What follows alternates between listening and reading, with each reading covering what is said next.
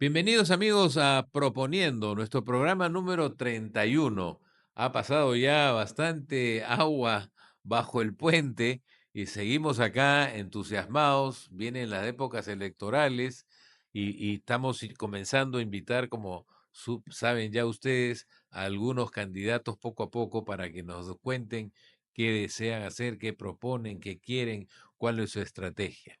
Así que ahí vamos. Si alguno de ustedes es candidato o precandidato y quiere salir en nuestro programa, estamos con las puertas abiertas a recibir a todos aquellos, inclusive aquellos que dicen que tienen todavía algunas firmitas ahí complicadas. Como siempre, me acompaña César Gutiérrez. César, ¿cómo estás? Buenas, Guido, ¿cómo estás? ¿Cómo está Sí, pues las firmas que dicen que son falsificadas se enmendarán, pues, ¿no? Es un tema que tocaremos al final Claro que en la sí. sección Política Justicia TV. Ahora, Claro que sí. Arrancamos ahora con algo que llama mucho la atención en los últimos días a nivel internacional, los famosos 100 días del señor Donald Trump. Casi todos los gobiernos siempre se les da una especie de periodo de luna de miel que se consideran más o menos 100 días desde que jura el cargo hasta que se hace la primera evaluación. Justamente, hace muy pocos días, el señor Trump ha cumplido los famosos 100 días. Así que hoy día vamos a intentar un primer acercamiento, una primera evaluación, ¿de acuerdo? De esos primeros 100 días. Y en ese sentido, por ejemplo, él quería y anunció que con una llamada telefónica resolvía la guerra en Ucrania. ¿Tú qué crees, César? ¿Ha resuelto algo? no, en lo absoluto, lo ha complicado más bien, ¿no?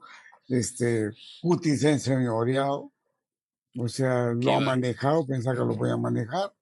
Zelensky terminó siendo un hueso duro de roer, por más que la Unión Europea está debilitada, pero ahí se ha arrimado, la Unión Europea también, por la posición de Trump contra la Unión, se ha puesto dura y la cosa se ha llevado a mayores. No veo solución en corto plazo. Inclusive Trump ha llegado a amenazar con que finalmente se retira del proceso de facilitar el acuerdo de paz en una especie de pataleta, digamos, de que nadie le hace caso, ¿no? Él le ha propuesto a Putin que pare un mes y Putin ha parado 3 días, ¿no? Y 3 días, 3 días de tregua de bombardeo, ¿no? exactamente, ¿no? Y Ni siquiera le dan un mes para negociar, no, 3 días de tregua de bombardeo. exactamente, y a su vez está insistiéndole a Zelensky, y Zelensky no le ha dicho que sí, que se olvide de Crimea, que Crimea ya no entra en las negociaciones, que eso ya es ruso, ¿no es cierto? Todo esto nos hace intuir que no solamente es Crimea lo que va a tener que ceder Zelensky en la propuesta hecha por Trump, sino que detrás de Crimea viene el Donbass, ¿no? Y las zonas ya tomadas por Putin. Y entonces la posibilidad que Zelensky sea un hueso fácil de roer y que entre por el, digamos, por el aro planteado por el señor Trump se está complicando cada vez más. Ya inclusive Corea del Norte admitió que ha mandado tropas suyas al frente ucraniano apoyando a Rusia. Eso es un tema que antes no se tenía tan claro.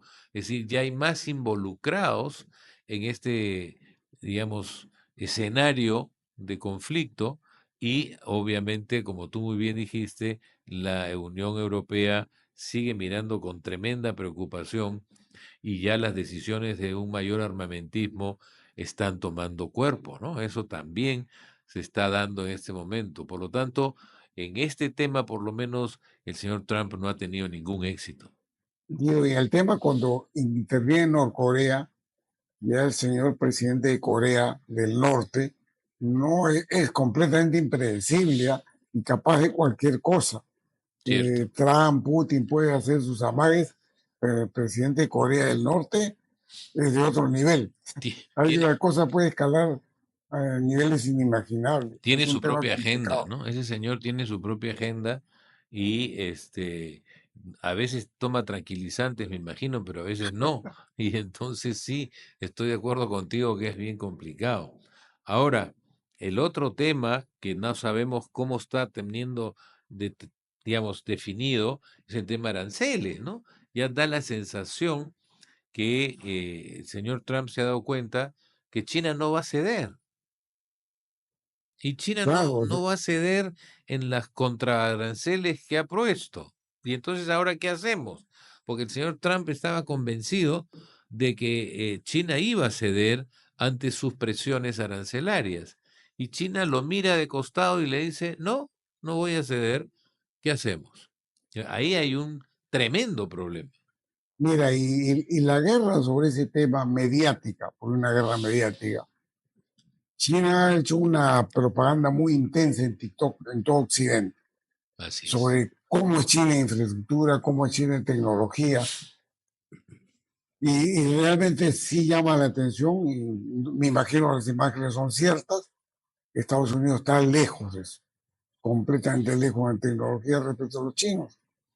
Pero ahora empezó una contraofensiva también tiktokera, en la cual salen personas diciendo, veo aeropuertos en China, estaciones de ferrocarriles completamente vacíos. Por lo tanto, ese subsidio interestatal. ¿Será verdad? No sé. En el Perú, la derecha tomó ese discurso. Mira, China va a quebrar, dicen, ¿no? China va a pasar a la Unión Soviética. Eso lo que viene preconizando la derecha peruana. Yo no creo eso. Yo tampoco creo eso porque la cantidad de dinero que China está poniendo en una serie de mega gigantescos proyectos en China están ahí, ¿no?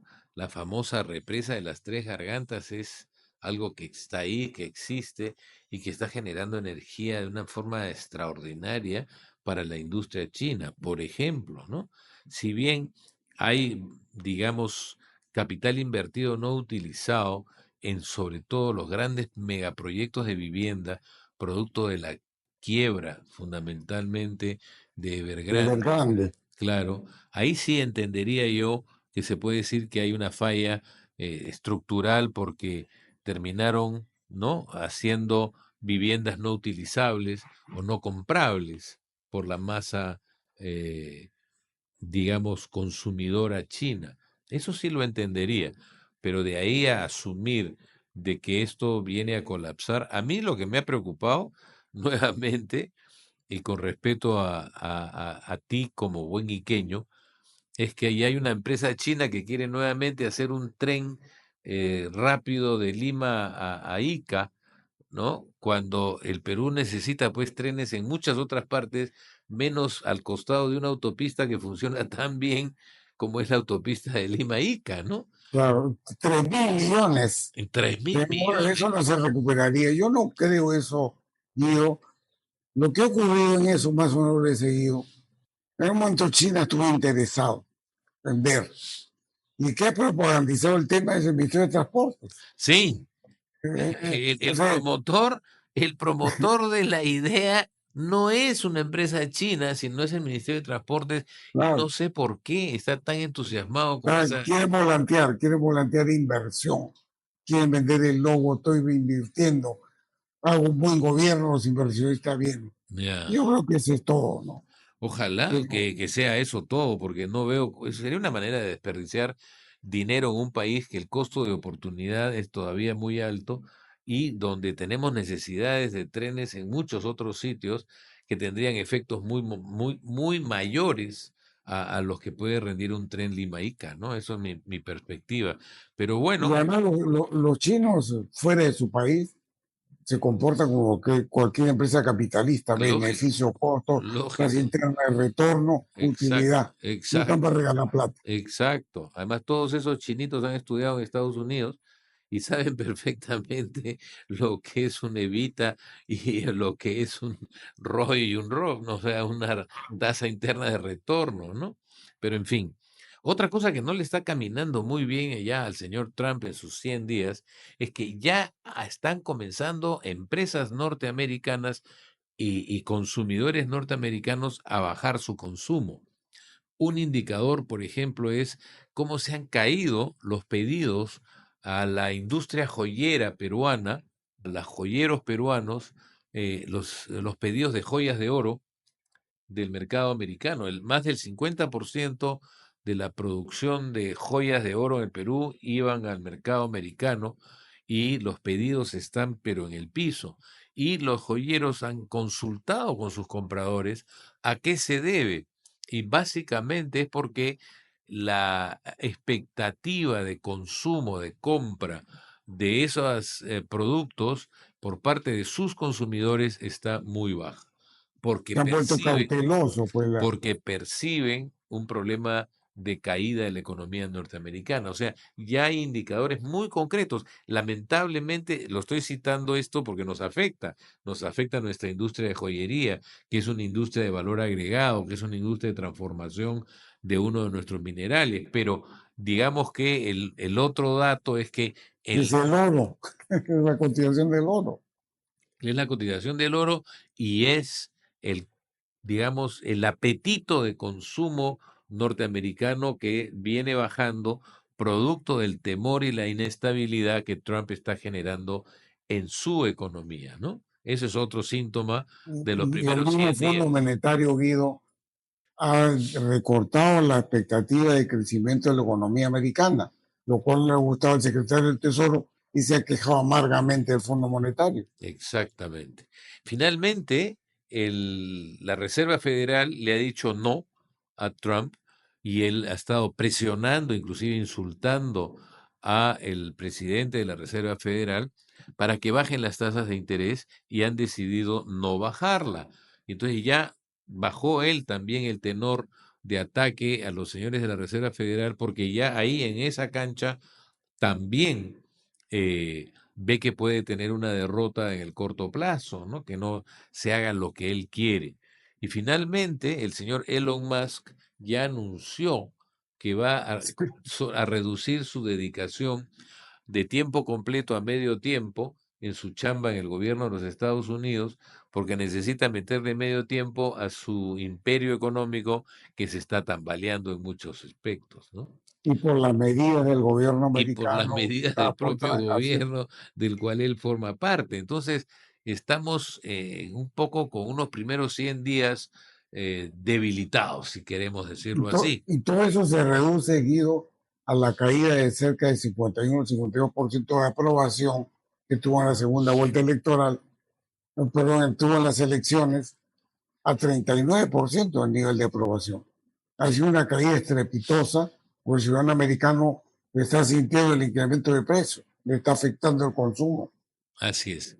Bueno, todo eso hay que juntarlo además con este resultado de las elecciones en Canadá, donde la principal explicación de por qué no ganaron los conservadores que eran favoritos y terminaron ganando los liberales que no eran los favoritos es por las intervenciones del señor Trump. Pero eso lo vamos a ver en el segundo bloque. Perfecto. Ya regresamos. Guido, quedó pendiente en el bloque anterior el tema canadiense. Acaba de ganar la elección los liberales. Se esperaba que los conservadores tomaran un buen partido, buena posición y ganaran. Ha ocurrido todo lo inverso. Y vale la pena especular, conjeturar sobre cómo va a ser el comportamiento del nuevo gobierno respecto a Estados Unidos. ¿Eh? Bueno, mira, todo el mundo pensó que después del desgaste de Trudeau, los liberales no tenían ninguna chance para triunfar en estas elecciones. Y hace un mes las encuestas daban por fijo a el candidato conservador como el nuevo gobierno que asumiría en Canadá. Y ha sido los últimos 2 meses, más o menos, que se ha ido produciendo esta avalancha del lado conservador al lado liberal, y todos indican que el gran promotor de este triunfo liberal, que no simpatiza este Trump con esos liberales canadienses, es la actitud de Trump con respecto a Canadá. O sea, los maltratos con respecto a los aranceles, los maltratos con decirle que quiere que sean el El Estado Estado 51. el Estado 51, ¿no es cierto? Toda una especie de actitud bastante despreciativa hacia Canadá como Estado, como país independiente, y además castigándolo porque lo acusa de que por ahí también entran inmigrantes ilegales y el fentanilo. Es decir, les ha dicho samba canuta realmente a los canadienses, que siempre se sintieron muy cercanos y muy vinculados a América, Norteamérica, Estados Unidos, ¿no? Y entonces todas estas actitudes de Trump han alejado al electorado del candidato evidentemente cercano a Trump en Canadá, que era el Partido Conservador. Y es ahí que han sido, digamos, castigados los conservadores por estar cercanos a Trump y han sido premiados los liberales por haber tenido una actitud inclusive de confrontación con Trump en muchos momentos cuando los amenazaron a Trump de que inclusive le iban a cortar la energía que le abastecían a los estados de Chicago, Minnesota y una parte de Nueva York. O sea, Michigan perdón, y también. Michigan, claro. Y Ujú. entonces eso evidentemente ha jugado un rol importantísimo en este triunfo liberal, ¿no? Y es una derrota para Trump, evidentemente. Para mí, cómo es la derecha peruana, que no me canso de los desubicados que son. Dicen que esto va a traer como consecuencia una decisión en Canadá, que van a la provincia de ¿Cómo así? Alberta, que es Ya. la provincia petrolera, quiere ser proamericana, es proamericana y va a querer su independencia. Eso yo no me lo creo, pero eso es lo que No. volantea acá. La derecha peruana está exultante con Trump. Vamos a ver cuánto le dura después de los malos resultados que está obteniendo. Bueno, yo no veo que digamos que, claro, Alberta produce petróleo y su principal mercado es Estados Unidos. Digamos, el porcentaje más elevado de exportaciones canadienses de petróleo son el mercado americano. Pero eso no lleva pues a que tengas una actitud genuflexa con respecto a un gobierno como el de Trump, ¿no? Yo veo difícil que inclusive Alberta pueda plantear una posición, decisión separatista, basada en que él es el que me compra mi petróleo y entonces yo tengo que estar alineado. Lo veo difícil, sinceramente. Yo No, creo y es que que encima tiene un problema, porque si decidiera no comprar, ¿a quién le compra? sí, pues, Ese cubo que, primero por la ubicación, conexión con ductos, y no tiene alternativa. no, Y no, es más, yo creo que Canadá podría poner impuestos como claro, por la electricidad y encarecerlos más aún. Entonces, exacto. después son los buenos deseos, los trampistas peruanos, ¿no? Sí, Que hay claro, no, muchos. pero es que los trampistas peruanos siempre andan bien desubicados, ¿no? O sea, lamentablemente, qué lindo sería en el Perú tener una derecha inteligente, una derecha culta, una derecha leída, una derecha razonablemente de derecha, ¿no? O sea, no tenemos eso, lamentablemente. Y podemos decir lo mismo de la izquierda, ¿no? O sea, no es que la izquierda sea, wow, que fuera de serie en la izquierda también. Ahí Y estamos, no hay esta- centro. estamos huérfanos un Y poco no hay centro de encima. todas estas élites pensantes que ayudarían mucho a que el Perú fuese un país mucho mejor. Pero bueno, sí, tenemos eso. Ahora, lo que me interesaría es escucharte el tema tan tuyo de eléctrico, que es el apagón en España y su preámbulo, ¿no? El apagón en Chile, que ya fue una Claro. situación previa, no prevista, y no sé si vinculada. ¿Cómo nos puedes explicar eso? Ya mira, acá hay dos cosas. Explicar el hecho, el origen todavía no se sabe en el caso español, pero el hecho, ¿por qué se desconecta? ¿Ya? Y igual ocurrió en Chile. El tema de la desconexión o el apagón total de un sistema eléctrico es un tema que se llama estabilidad del sistema de potencia. Es un curso que estudiamos los electricistas. Yo he Ya. enseñado como 15 años ese curso. Ah, caramba. ¿Qué, Hago, qué hago, es lo que, hago bien en consultarte, entonces. mira, entonces, ¿qué es lo que ocurre, no? La estabilidad lo que estudia es que la frecuencia, los 60 Hz, permanezcan inalterables. Porque si, por ejemplo, la frecuencia baja, los motores giran más lentos y eso produce un problema generalizado en todas las ciudades. Y si la frecuencia sube, los motores giran más rápido lo cual originó otro gran problema en todas las ciudades.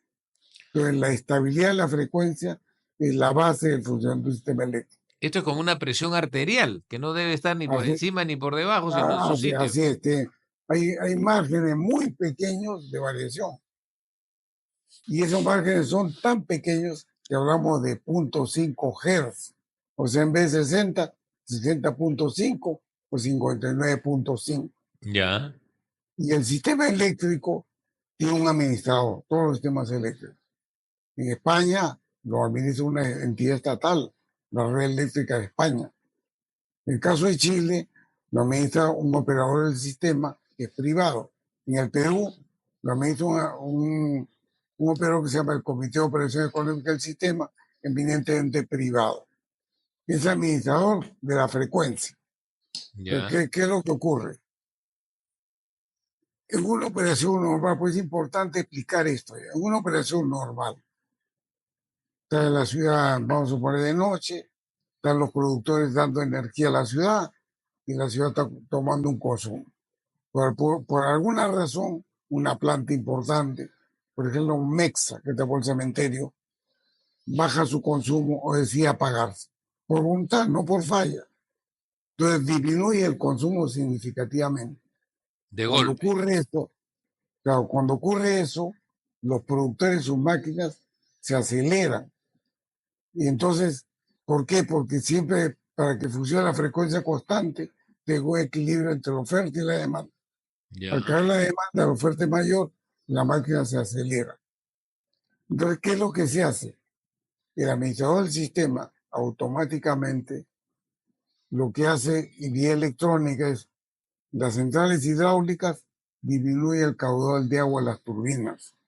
Las centrales térmicas a gas disminuye el flujo de gas. Entonces, automáticamente, cómo se estabiliza. Eso se realiza en un segundo, que es el tiempo de estudio de la estabilidad. Pero tú el estudio de este curso en el primer segundo de la alteración del sistema.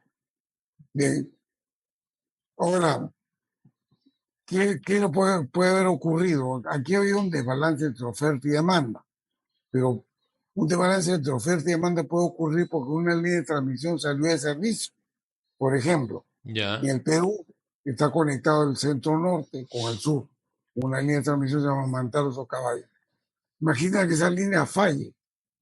Toda la demanda del sur ya no está en la producción del mantaro. El mantaro se aceleraría y entonces hay que tratar de que entre menos flujo del mantaro. En el caso chileno, una línea de transmisión, dos líneas de transmisión saliendo de servicio, creando un desequilibrio grande y cuando ocurre eso y los sistemas de control de la frecuencia no funcionan, automáticamente existen aparatos que se llaman relés de máxima y mínima frecuencia. Automáticamente apagan el sistema. Eso lo ocurrió en Chile y fue por una falla en línea. En España no se sabe qué ha ocurrido. Eh, Salió una línea, nadie identifica. Y le han empezado a echar la culpa a un ciberataque al software que maneja la estabilidad del sistema. Porque todo eso que he explicado son instrucciones vía electrónica, ponga más agua, ponga menos agua, ponga gas, ponga menos gas. Entonces, sí tiene sentido que alguien diga, y se altera todo el software que hace que todo esto funcione, se cae el sistema, por supuesto que se cae. Eso es lo que se está especulando ahora en España. Entonces, es una vertiente de especulación.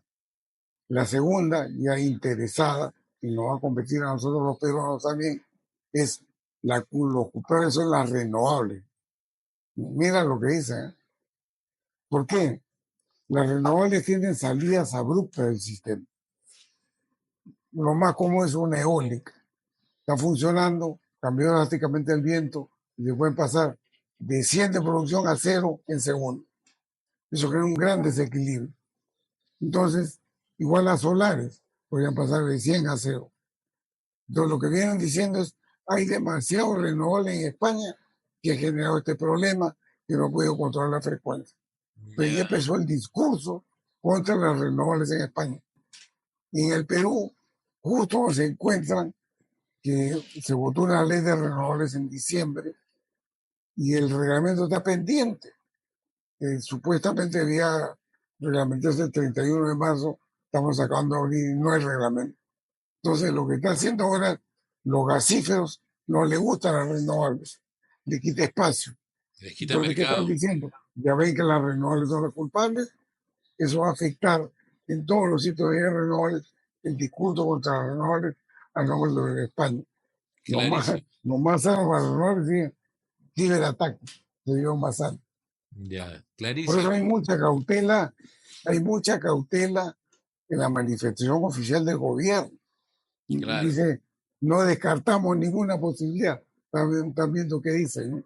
Porque hay otra tercera corriente, claro, porque la red eléctrica de España es una empresa pública, administra el sistema, malo es la empresa pública. Entonces, los discursos que van a salir, que son un montón, y vamos a ver, en el caso peruano, el principal operador, el principal gestor de líneas es el Estado colombiano. El 70% de las líneas peruanas la administra la, digamos, Energía de Bogotá, que es una empresa estatal colombiana, ni siquiera estatal, municipal, pertenece a la Municipalidad de Bogotá. Entonces aquí va a ser muchos discursos, vamos a ver cómo se maneja, puede tener implicancias en decisiones normativas, legislativas, regulatorias. ok. Bueno, clarísimo, César. Buena clase, valiosa, necesaria. Ya sabemos que, como siempre, hay distintos grupos de interés que están manipulando la información que finalmente termine arrojando esta investigación sobre el apagón famoso de no solo España, pues también Portugal lo Claro, sufrió y el sur de Y Francia. Francia, Exacto, porque son sistemas interconectados en las fronteras, claro. como el Bueno, caso peruano que tiene interconexión con Ecuador. claro. Regresamos. Amigos, un tema, así como mencionábamos que ya corrieron los primeros 100 días del señor Trump, también han corrido el primer trimestre del 25 en el Perú y en el mundo, claro. Pero nuestra economía, digamos que ha tenido, no podemos decir un mal desempeño en este primer trimestre, está alrededor de un crecimiento acumulado de los primeros 3 meses cercano al 3%, lo cual no está mal, bastante bien diríamos. Por el lado del déficit fiscal, la recaudación del último mes de marzo ha sido bastante mejor. Claro, está compensado porque ha crecido también un poco más el gasto, pero el déficit fiscal como promedio de los últimos 12 meses se ha reducido. Claro, se ha reducido poquito, 0,1, pero ya es una tendencia probablemente a que esto se mantenga. Ojalá. Tenemos una meta de 2,2. Nosotros no creemos que se logre esa meta, pero tampoco va a ser el 3 y pico del año pasado. O sea, estamos camino a manejar mejor este déficit fiscal que es siempre materia de preocupación, evidentemente. Los demás sectores de la economía están bastante bien. La agricultura está produciendo buenos niveles de producción. El clima está ayudando mucho. La disponibilidad del agua también. Ya dejó de llover masivamente en la sierra. La cosecha está bien protegida, con buena lluvia que ha habido y con buena producción. Entonces, no hay nada que en la agricultura nos tenga que preocupar. El mar, parece ser que este año vamos a tener una mucho mejor captura que el año pasado en términos de biomasa. El mar frío en el Perú, acuérdense ustedes, favorece la reproducción de las especies pelágicas y entonces vamos a tener muy buena captura. En cuanto a la minería, los precios no se han caído como todo el mundo pensó que podían caerse por las decisiones del señor Trump.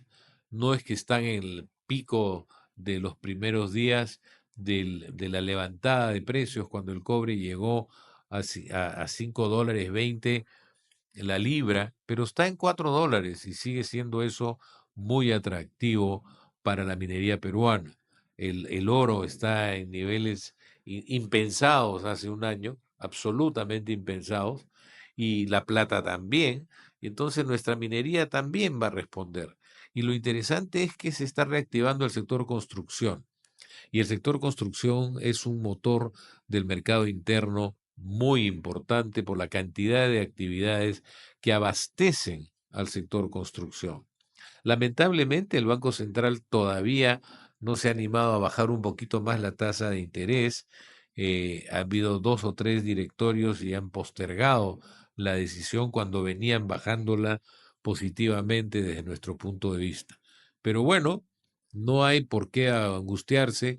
Ustedes han recibido información bastante pesimista de instituciones que dicen que el Perú este año no va a crecer más de 2.5, de 2.2.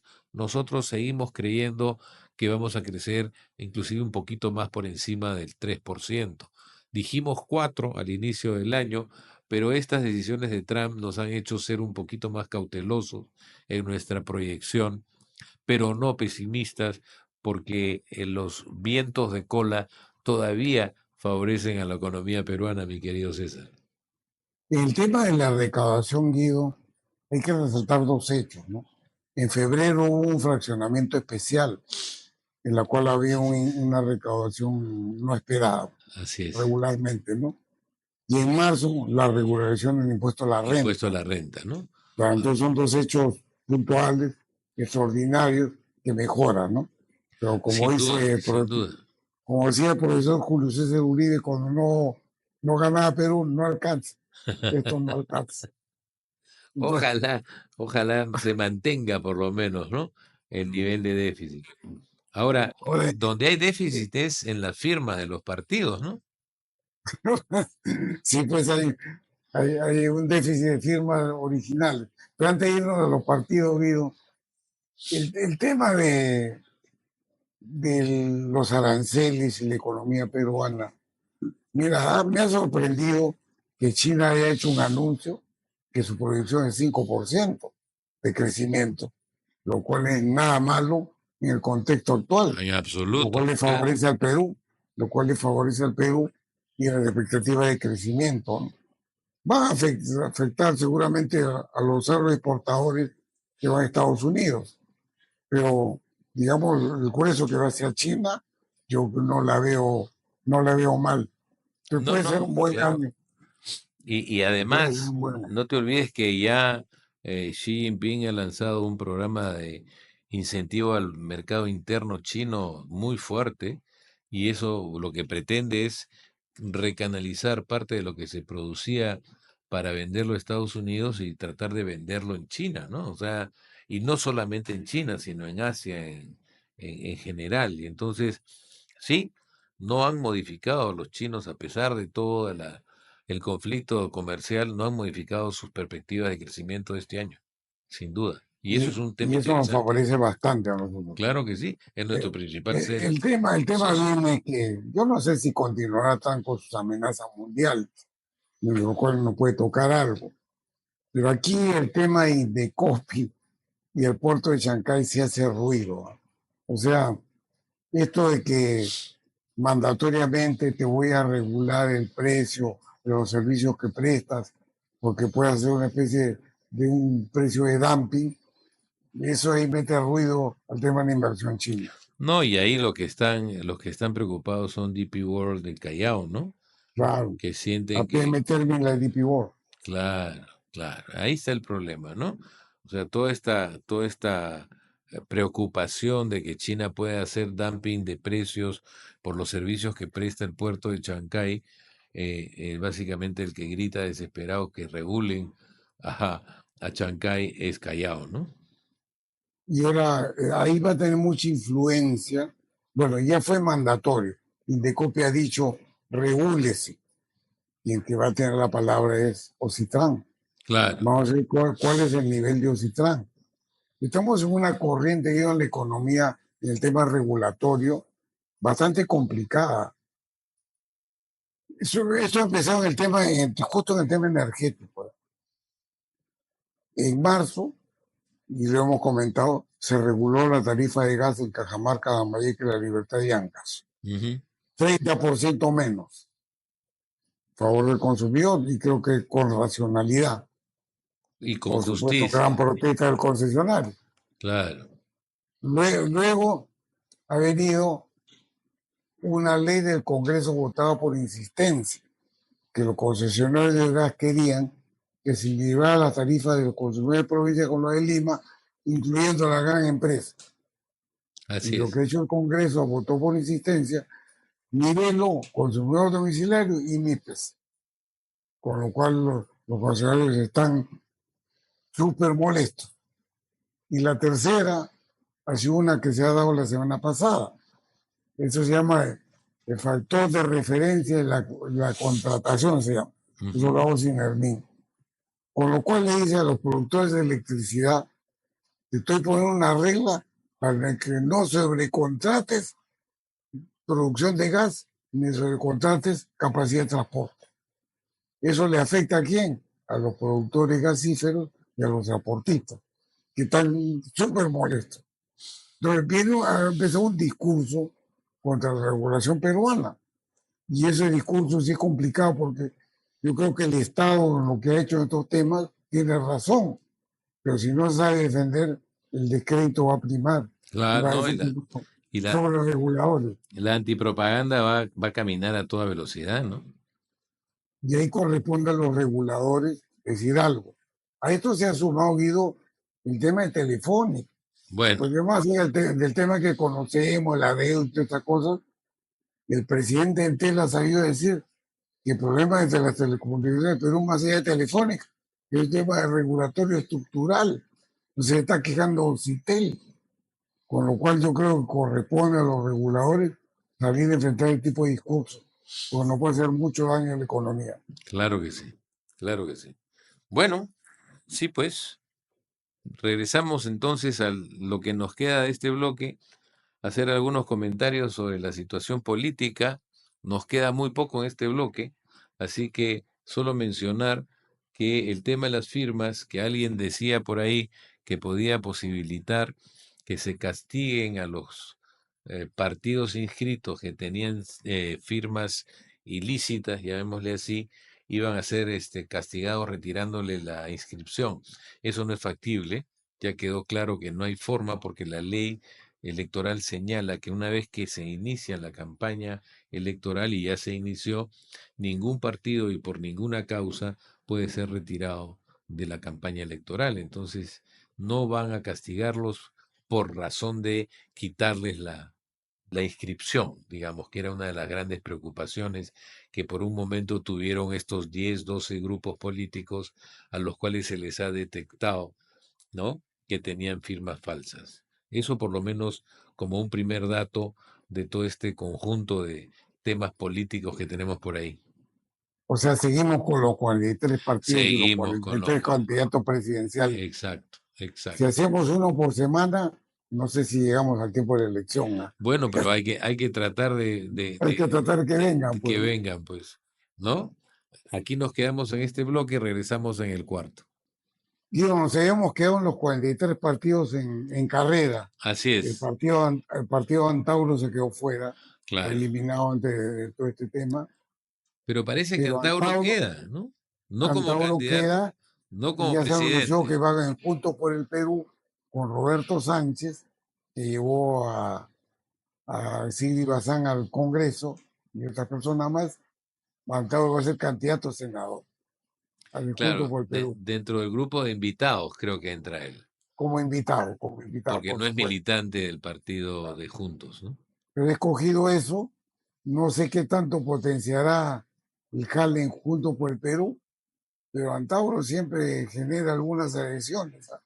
Y muy probablemente Antauro sea senadora, si es que postula. Yo también creo que hay la posibilidad de que Antauro sea senador, ¿no? Me hace acordar, no sé si recordarás tú, O Blanco, exacto, me lo quitaste de la boca, ¿no? Hugo Blanco salió también elegido una vez congresista, por allá, por si no me equivoco, el año 85 o el año 80. 85, ¿sí? 85 fue, ¿no? 80.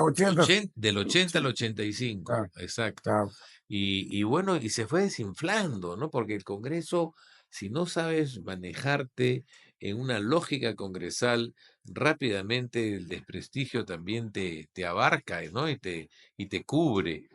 Ahora, yo no sé cuánto prestigio tendrá el señor Antauro, pero no me lo imagino produciendo leyes, ¿no? O sea, no me lo imagino este, proponiendo modelos económicos alternativos o cosas por el estilo. Pero bulla sí va a ser, Guido. Sí, Bulla. claro, pintoresco va Y, a ser, de todas claro, maneras. y la prensa cubre la bulla, ¿no? Claro. No, Los que hemos no, asistido al Congreso como funcionarios, como tú vas a una comisión y el Congreso está pensando cuál es el titular que voy a decir cuando salga, ¿no? claro. Así No, no, funciona. no, clarísimo.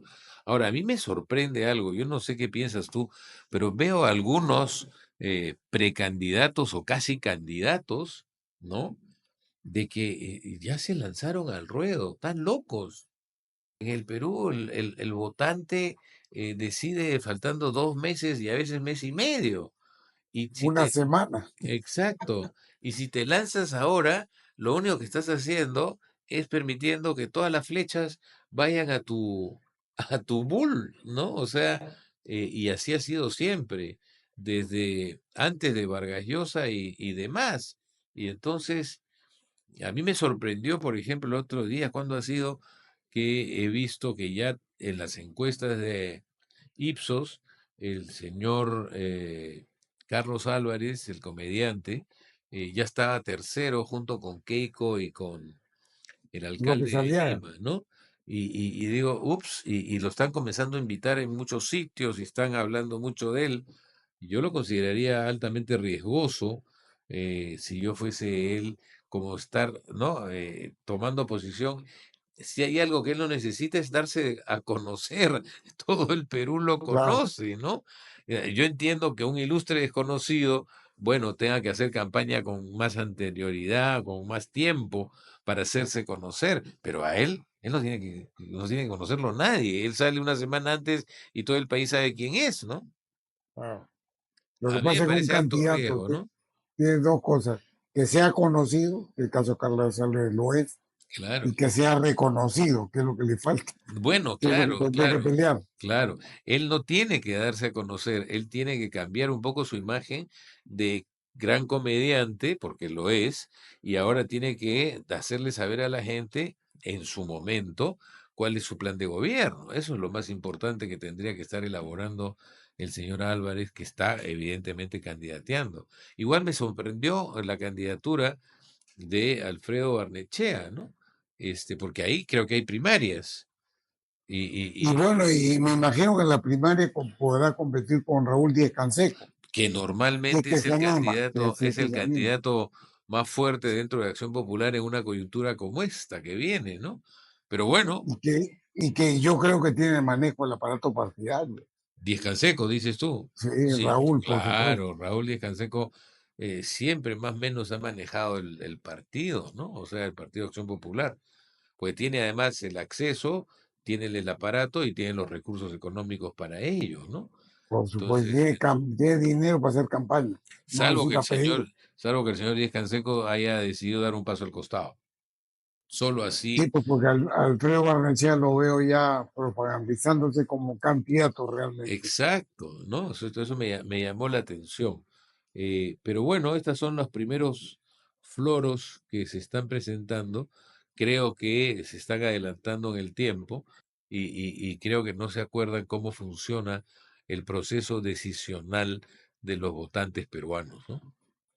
Mira, y Alfredo hizo campaña la vez anterior que postuló en el 2016 eh, con el tema del gas. Claro, ¿te Y acuerdas? él fue un gran opositor a la exportación del gas. Y hoy día, saliendo del escenario electoral, hay un tema del gas y la renovación de las concesiones, o digamos, el otorgamiento de concesiones en 7 regiones, más la renovación del contrato en Lima a la empresa Cálida. Y hay un tema importante que discutir que se llama el valor residual de la empresa. Corrígeme, entiendo que se debe entender por valor residual a un concepto que no es fácil de entender. Yo diría, imagínate, tú contraes una hipoteca, te compras un departamento, lo pagas, terminas de pagarlo íntegramente y después que lo has pagado, te llega una factura que se llama valor residual. Es decir, que quieren que pagues un extra de lo que has pagado y has acordado pagar en el contrato de compra-venta hipotecario. O sea, Esa es la analogía perfecta, Guido. ¿y de Esa es dónde la sale ese analogía perfecta. concepto de valor residual? No lo entiendo. Claro, mira, en el caso de estas concesiones de gas, en el caso de Lima, ¿no? Los contratos son contratos que se llaman BUT, en el cual el contrato, el concesionario con su dinero construye y opera, y al terminar el periodo de concesión le entrega la propiedad al Estado. Porque ya recuperó todo su dinero y su Así es, ganancia. pues la regla se ha hecho para que en el horizonte de 30 años recupere toda su inversión, Y con su, utilidad, por supuesto. claro, incluida. Pero ahora lo que ellos quieren es que, está bien, no solo dame las 7 regiones, sino amplían mi contrato por 10 años, pero reconocen en esa ampliación que hay un valor todavía residual de la empresa. Yo digo, ¿por qué? Si ya te pagué durante 30 años, Y ¿de el dónde acuerdo era viene? ese, Está escrito en el contrato. claro.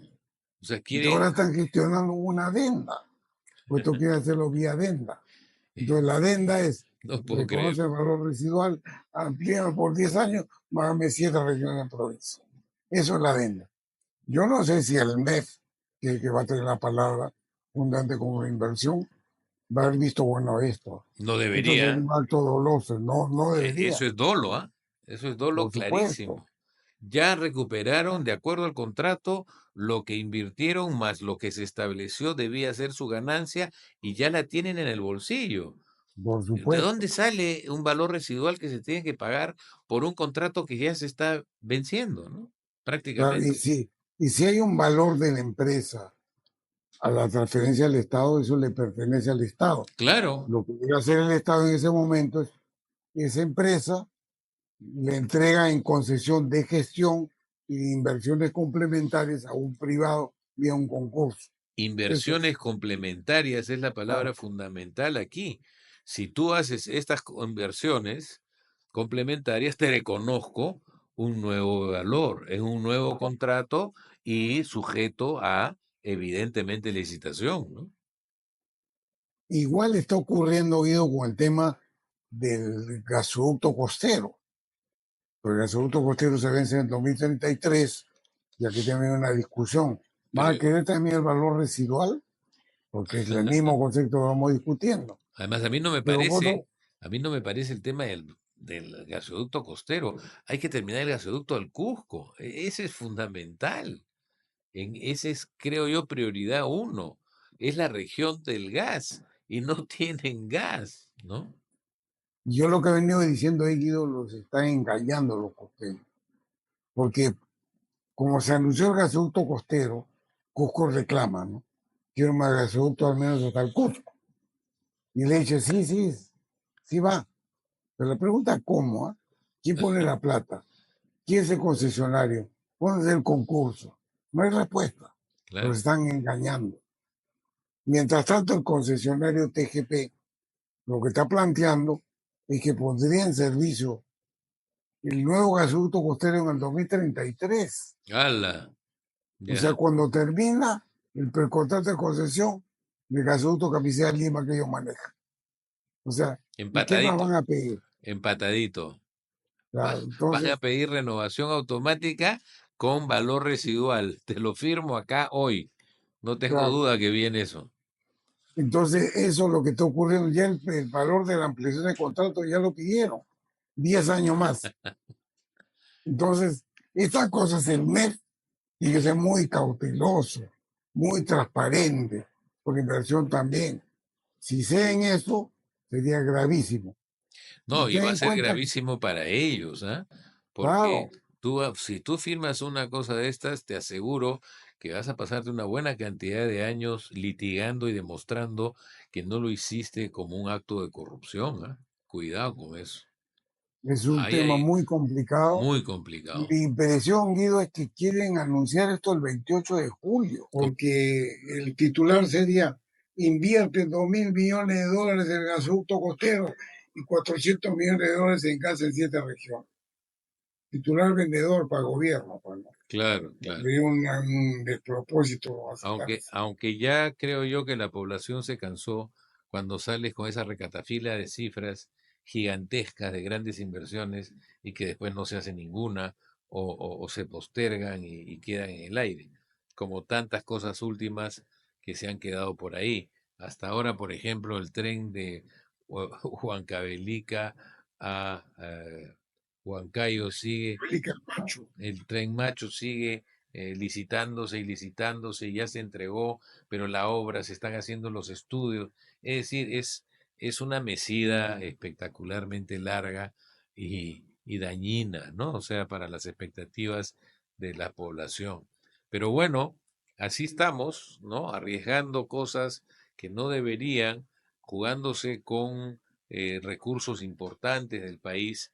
Yo todavía no veo una reacción, por ejemplo, de la Superintendencia de Mercado de Valores con relación a esta venta que se ve claramente que tiene mil defectos de la Telefónica del Perú y no se ha dicho nada, César. Los únicos par de locos que estamos diciendo que aquí hay algo que huele mal somos nosotros. Sí, No he escuchado a nadie nadie dice nada. más. O sea, hay un temor reverencial no sé a quién, ¿no? Ese es un tema. Sunat ha reaccionado esta semana poniendo un embargo a algunas propiedades. Son cosas ínfimas. Sí. La deuda provisionada por propia Telefónica, ¿no? 600 millones de dólares, ¿no? Ujú. De temas tributarios. Y creo que este embargo no llega ni a los 5 millones de soles. Así que, y Pero, nada, pero y nadie dice nada. voy a la entidad encargada de corregir y controlar estas operaciones, que es la Superintendencia del Mercado de Valores. Ahí tendría que haber habido una OPA, de todas maneras, ¿no? Y por otro lado, Guido, estamos hablando de la deuda tributaria, pero hay una emisión de bonos en Nueva York. Exacto. Se han acogido al capítulo 15, que es para no domiciliados, Ujú. el 11 para domiciliados. Y hay una emisión en Perú que yo me preguntaría quién compró. La SMB debería AFPs, decirnos si las FP han comprado. AFPs, no tengo No, duda. O sea, no, los fondos de los ciudadanos, los fondos, la jubilación de los peruanos ha sido canalizada para cubrir el hueco de Telefónica mal gestionada y tremendamente traficada, y que ahora se le entrega a un señor argentino que no tiene ninguna experiencia en el tema, ¿no? Increíble. claro. Por eso tu invocación, tu exigencia, la presencia de la Superintendencia del Mercado de Valores a través de Lorena Mesías, que es el superintendente, es vital. A ella le corresponde pronunciarse. Y además es una persona íntegra, yo la conozco, ¿no? O sea, es una persona seria. La invoco a que actúe, ¿no? De todas maneras, Acá hay presiones de todo nivel, pero me hay que imagino. sobreponerse a las presiones y, digamos, el interés ciudadano está por delante. El interés del país, mi querido César, también. Bueno, hasta aquí llegamos. Y vamos a ver, pues, Guido, si Carlos Álvarez nos viene la próxima semana. He quedado en invitarlo, ojalá que acepte venir a contarnos su estrategia de gobierno, porque su estrategia electoral yo sí considero que es un gran candidato, porque lo conoce todo el mundo en ese sentido, ¿no? Pero de ahí a lo que sigue sería lo lindo de discutir acá, ¿no? Vamos a ver, si no, habrá pues algún otro candidato que hay varios pedidos. Sin duda. Lo vemos otra cosa semana, lo anunciaremos en el programa de la próxima semana. Listo. Nos despedimos, amigos.